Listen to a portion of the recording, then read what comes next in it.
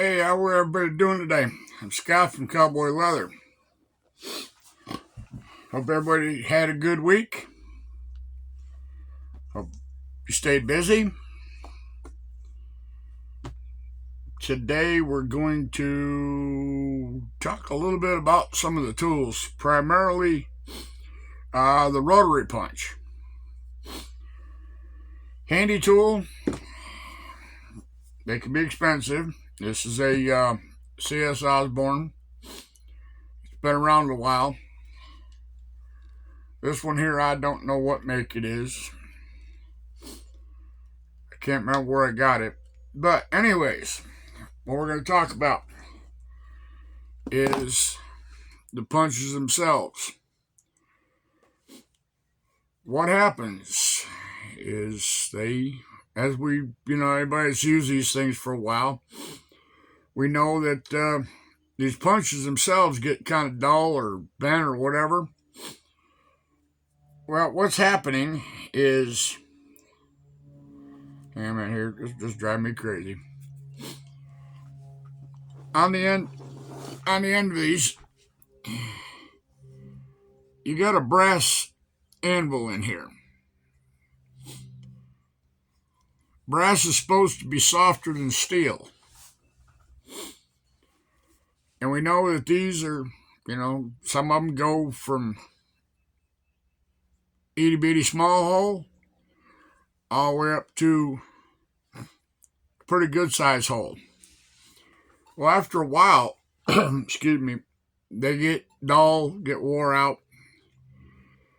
But what we're doing is, one of the things I see from my own experience, why they're wearing out, why they're bending, why they're doing what they're doing, it's not from doing, they're not wearing out or getting dull from cutting so much leather. That's what their job is. They're handy and they will punch a lot of holes. But what's happening is, when you click through your leather,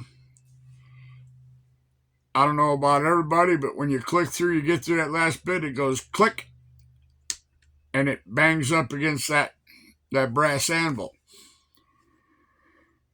Well, that's dulling it, and it's also crimping in the ends of here, because these are very, very thin.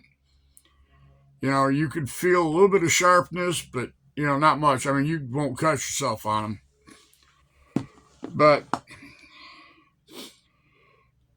I myself, I've gone through, several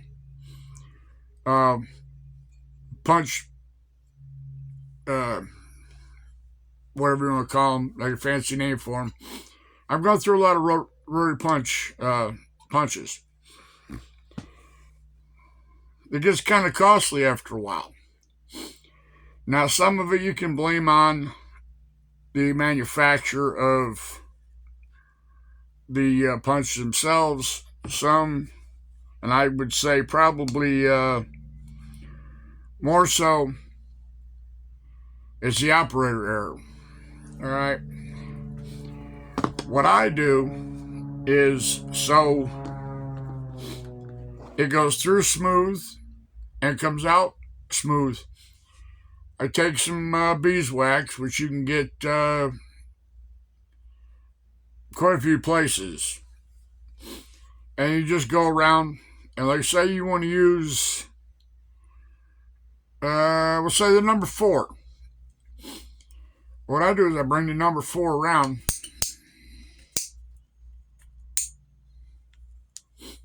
and I'll just poke in the end of there, kind of widget it around a little bit, pull it out. Yes, there's going to be some that's going to get stuck in there,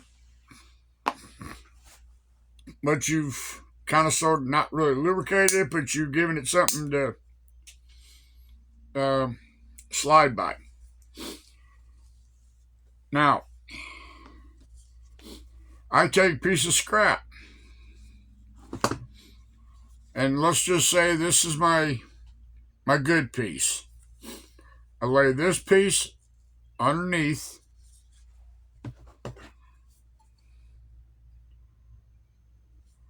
find where I'm going to poke. I don't know if you can hear it. I rock it back and forth, pull it out. It makes a divot on your scrap piece and cuts through that. Now let's do it again. We'll use the other one. I've already put a little bit of wax on it. In fact,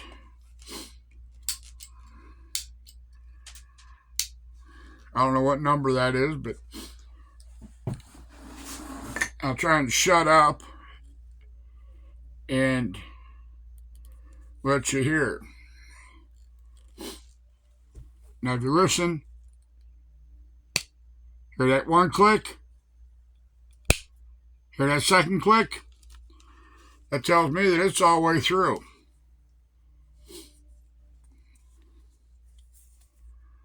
There's your hole. Now, let me find a piece here that's, oh, where's my little handy knife? All right. There's no in there. Again, I'm going to lay this piece underneath, like so. I want my hole to be in this piece.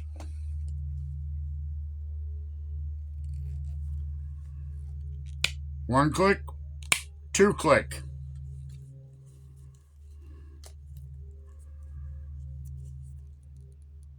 That's the piece that stopped it. It didn't go all the way through, but it made a nice hole. So I suggest putting a backer on it. You know, when you're clicking, I know it's a pain in the rump. You got to hold the piece that's your good piece, and you got to hold a small, tiny piece. But what you're doing is you're not driving that punch into that brass anvil. And, you know, some of these cheaper brand, on the side of your, let's show you. On the side of your hole punch, you got this here. Well, that holds your wheel from spinning. You want to make sure that's tight, not bent. And, you know, if your wheel turns hard, don't get excited about it. Don't worry. Don't try and loosen it up. Because what's going to happen, if you fool with this, that's a spring, basically. If you fool with that, when you go to close this wheel has a tendency, it'll turn this way, or it'll turn backwards. So you're not getting a good click or a good hole. And you can tell, because you'll start to chew up the anvil. It won't hit dead center. It'll hit either up here, down here, or wherever. You want to make sure that this wheel is tight. Like this one. You can, I think, no, it's not this one. I had another one. This spring here got kind of weak. So I went in, I took it apart, and I bent it a little bit. So this has got a little bit of resistance. Now, when you get in some of this thicker leather, you know, this is only, I think 2 to 3 ounce leather. When you start punching holes in 5, 6, 7, 8 ounce and higher, you've got to, you know, squeeze. That's when you're going to find that your punches are going to walk back and forth. If you got your cheaper, inexpensive kind.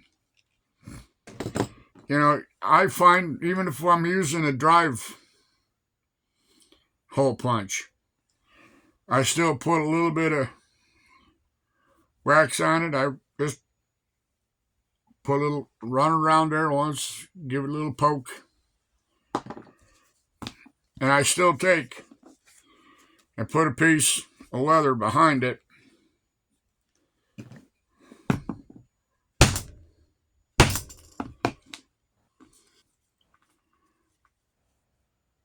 That's the divot I just made right there. It went all the way through. That's the hole. So, and don't poke holes or try and drive holes on your your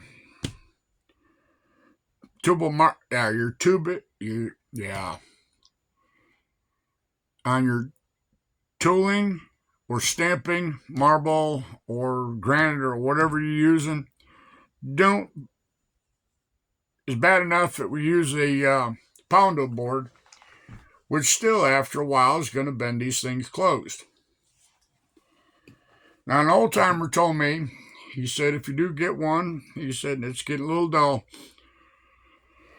It don't work so much on the driving punch, especially on these. But he said if you take, like, if you pop these out, you can take and hold them with a pair of vice grips and take a file, approximately the size of what that is, and just run a file a couple times back and forth through there, and it takes the burrs away. So you get a clean punch. But like I say, I'm not throwing anybody under the bus. I'm just saying, I mean, I was guilty of it too myself. For a long time, I'd just stick my leather in there and poke holes. You write it off as don't know any better. Well, when you start buying punches, it gets kind of costly, even if you're buying the cheap ones. And if that's the only way you've got of poking holes, and they tear up and you got to, have them shipped in, that's time. That's money out of your pocket because you can't get your projects done. And also, it's not a bad idea to take wax and put it on your your stitching tools, your stitch punches. Just have this thing sitting there next to you. Just every once in a while, just give it a stab, because it helps go in and it helps come out a lot easier.